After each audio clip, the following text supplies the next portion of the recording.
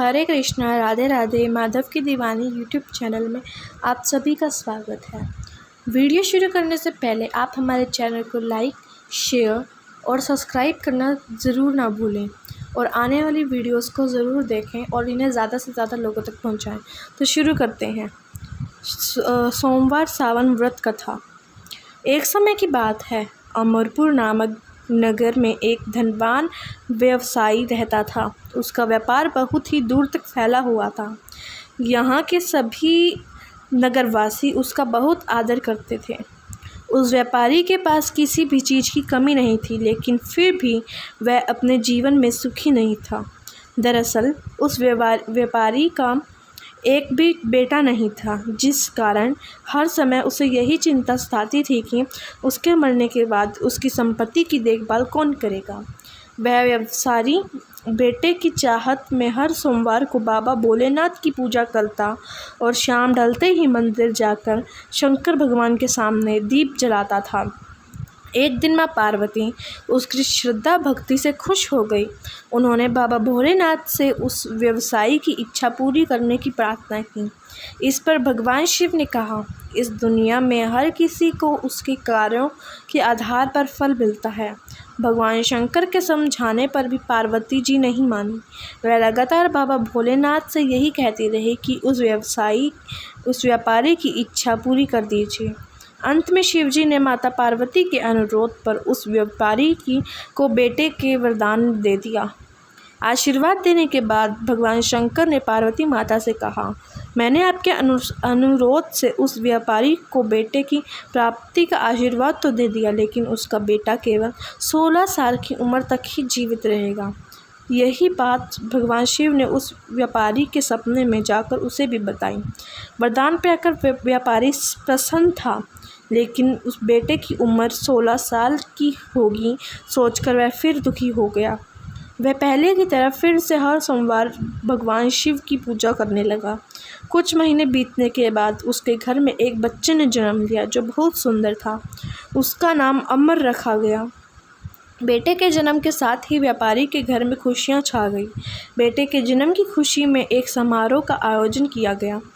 इस जश्न के माहौल में व्यापारी अभी भी दुखी था। हर समय उसे यही डर लगा रहता कि उसका बेटा अधिक दिनों तक जीवित नहीं सकेगा। धीरे धीरे समय बीतता गया और उसका बेटा अमर 12 साल का हो गया। एक दिन व्यापारी ने अपने बेटे को अपनी पत्नी के बाद भाई दीपचंद के साथ पढ़ाई के लिए बनारस भेज दिया। वाराणसी जाते रास्ते में जहाँ भी अमर और दीपचंद आराम करने के लिए रुकते, वहाँ वो यज्ञ और ब्राह्मणों के लिए भोजन की व्यवस्था करते जाते थे। कुछ दूर जाने के बाद अमर और दीपचंद एक नगरी पहुँचे। यहाँ नगर के महाराज की बेटी चंद्रिका की शादी थी, जिसके लिए पूरे नगर को दुल्हन की तरह सजाया गया था। ठीक उसी समय बारात भी आ गई थी। इस समय लड़के का पिता परेशान था, क्योंकि उसके बेटे की एक आँख खराब थी। उन्हें डर था कि अगर लड़की वालों को यह बात पता चली गई तो वह शादी तोड़ देंगे। तभी उसकी नज़र अमर और दीपचंद पर पड़ी।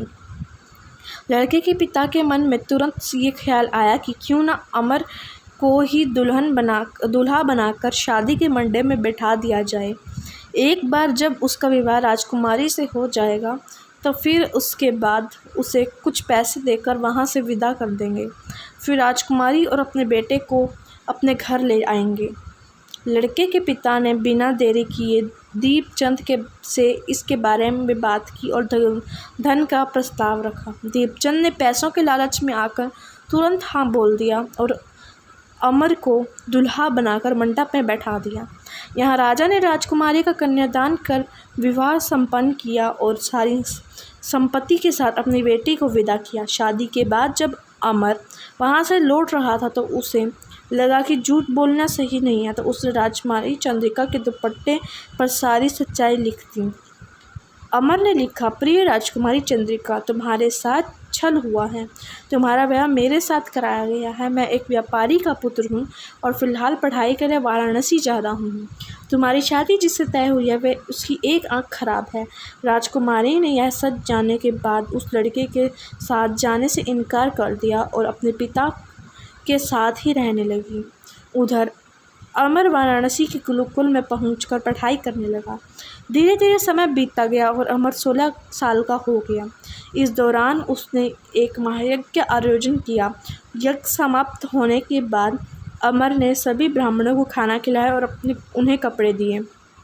सारे काम खत्म करने के बाद अमर रात में अपने कमरे में सोने चला गया। भगवान शंकर के वरदान के मुताबिक उसी रात अमर के प्राण चले गए। अगली सुबह जब दीपचंद उसे कमरे में पहुंचा तो उसने देखा कि अमर जीवित नहीं है। वह जोर जोर से रोने लगा। उसकी रोने की आवाज़ सुनकर आसपास के लोग भी इकट्ठा हो गए और अपना दुख जताने लगे। दीपचंद के रोने की आवाज़ भगवान विष्णु और माँ पार्वती के कानों तक भी पहुंची। यह सुन माता पार्वती ने कहा, हे स्वामी, मैं दीपचंद के रोने की इस आवाज़ को बर्दाश्त नहीं कर पा रही हूँ। कृपा करके इसके दुख को दूर कीजिए। पार्वती जी की बात सुनकर बाबा भोलेनाथ अमर के पास पहुँचे। यहाँ उन्होंने देखा कि यह तो वही बालक है जिससे केवल 16 साल की उम्र तक ही जीवित रहने का आशीर्वाद मिला था। इसके बाद भगवान शिव सीधे माँ पार्वती के पास पहुँचे और कहा, हे गौरी, मरने वाला बालक उसी व्यापारी का पुत्र है।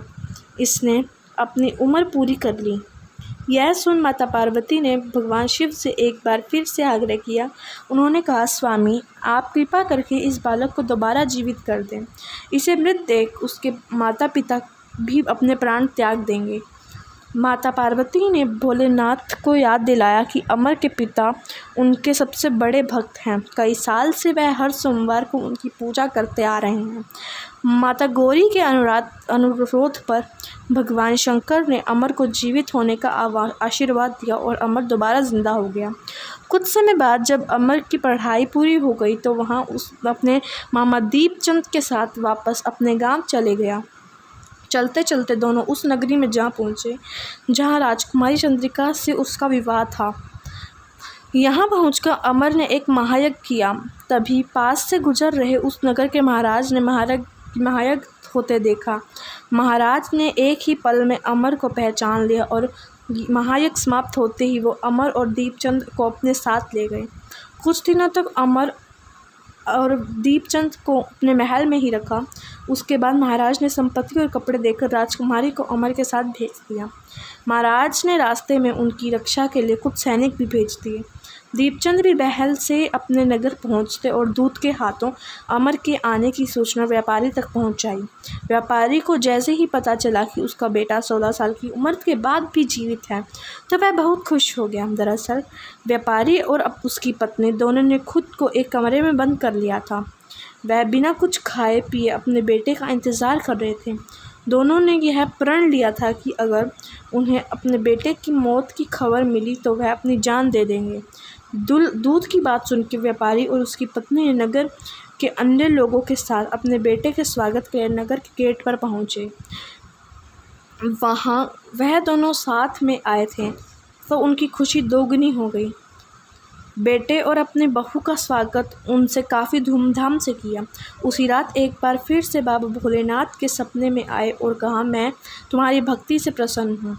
हर सोमवार को तुम मेरी पूजा करते हो, इसलिए मैंने तुम्हारे बेटे की लंबी उम्र का वरदान दिया है। भगवान शिव की यह बात सुनने के बाद व्यापारी बहुत खुश हुआ।